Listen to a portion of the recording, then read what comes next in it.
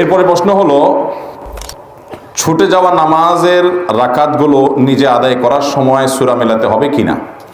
খুব দরকারি এবং গুরুত্বপূর্ণ একটি প্রশ্ন, অনেকেই প্রশ্ন করে থাকেন। প্রায় আপনার ইমামের পেছনে সালাত আদায় করতে গিয়ে যদি 2 রাকাত 3 রাকাত ছুটে যায়, ধরুন 4 রাকাত ওয়ালা নামাজের আপনি শেষের 1 রাকাত পেয়েছেন, আপনার 3 রাকাত ছুটে গেছে।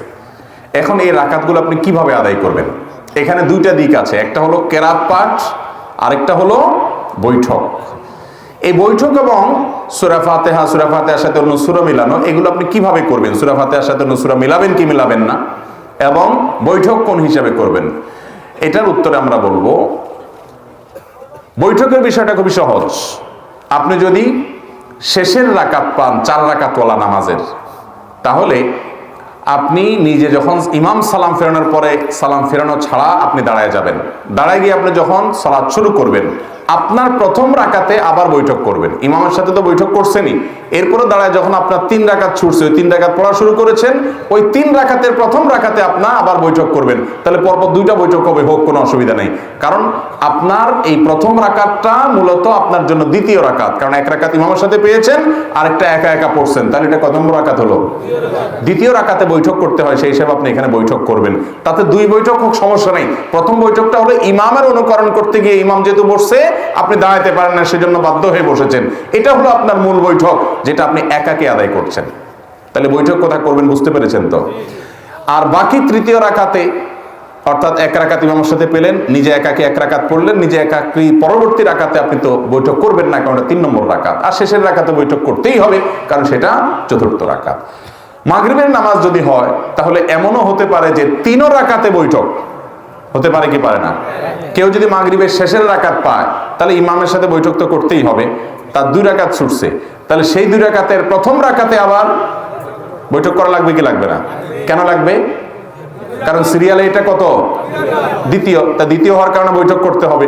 তাহলে একবার ইমামের সাথে বৈঠক করছে, ওইটাতে বৈঠক করার কথা ছিল না প্রথম রাকাত, কিন্তু যেহেতু ইমামের সাথে ছিল, এই জন্য বৈঠক করতে হয়েছে। আবার নিজের প্রথম রাকাতে বৈঠক করেছে, কারণ সিরিয়ালে দ্বিতীয়। আর শেষের রাকাত, আর রাকাত আছে একটা ইমামের সাথে পাইছে, একটা নিজে নিজে বৈঠক করছে, আর একটা রাকাত আছে 3 রাকাত, তাহলে 3 নম্বর রাকাতে বসতেই হবে। তাহলে মাগরিবের 3 রাকাতে বৈঠক হতে পারে, এমনও সিস্টেম হতে পারে। তাহলে বৈঠকের বিষয়টা ক্লিয়ার, ঠিক আছে? এবার আসেন সূরা মিলানো।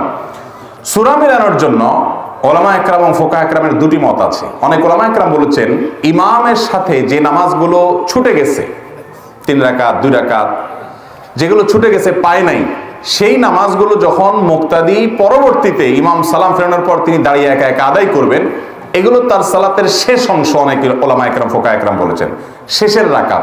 ইমামের সাথে যেগুলো পাইছে সেগুলো প্রথম দিককার রাকাত, আর যেগুলো ছুটে গেছে সেগুলোকে শেষের রাকাত গণ্য করেছেন। যারা শেষের রাকাত গণ্য করেছেন, সেই মত অনুযায়ী সূরা মিলাবেন না।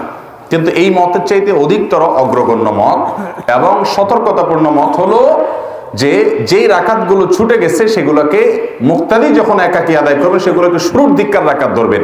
আর যখন শুরুর দিককার রাকাত ধরবে, তখন সূরা ফাতিহার সাথে অন্য সূরা মিলাবেন। বুঝাতে পেরেছি? এবার আসেন আমরা এক্সাম্পলে যাই। 4 রাকাত ওয়ালা নামাজ, শেষে 1 রাকাত পাইছেন ইমামের সাথে, ইমাম সালাম ফিরাই ফেলেছে, আপনি সালাম ফেরাবেন না।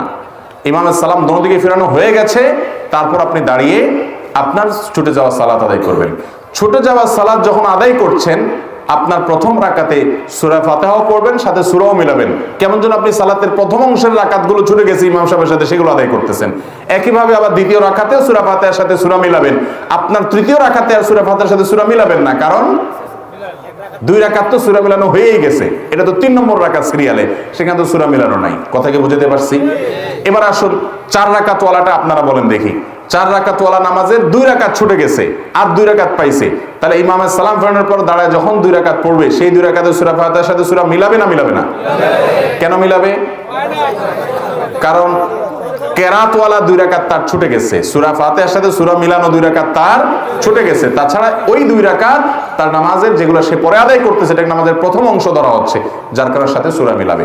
যদিও ফোকাহ একরামের আরেকটা মত আছে, কিন্তু এই মতটা অধিকতর সতর্কতাপূর্ণ। কথা কি বুঝতে পারছেন? তাহলে এই নিয়মে ছুটে যাওয়া রাকাতগুলো আপনি আদায় করবেন, ইনশাআল্লাহ বিদিনিল্লাহ সালাত হয়ে যাবে।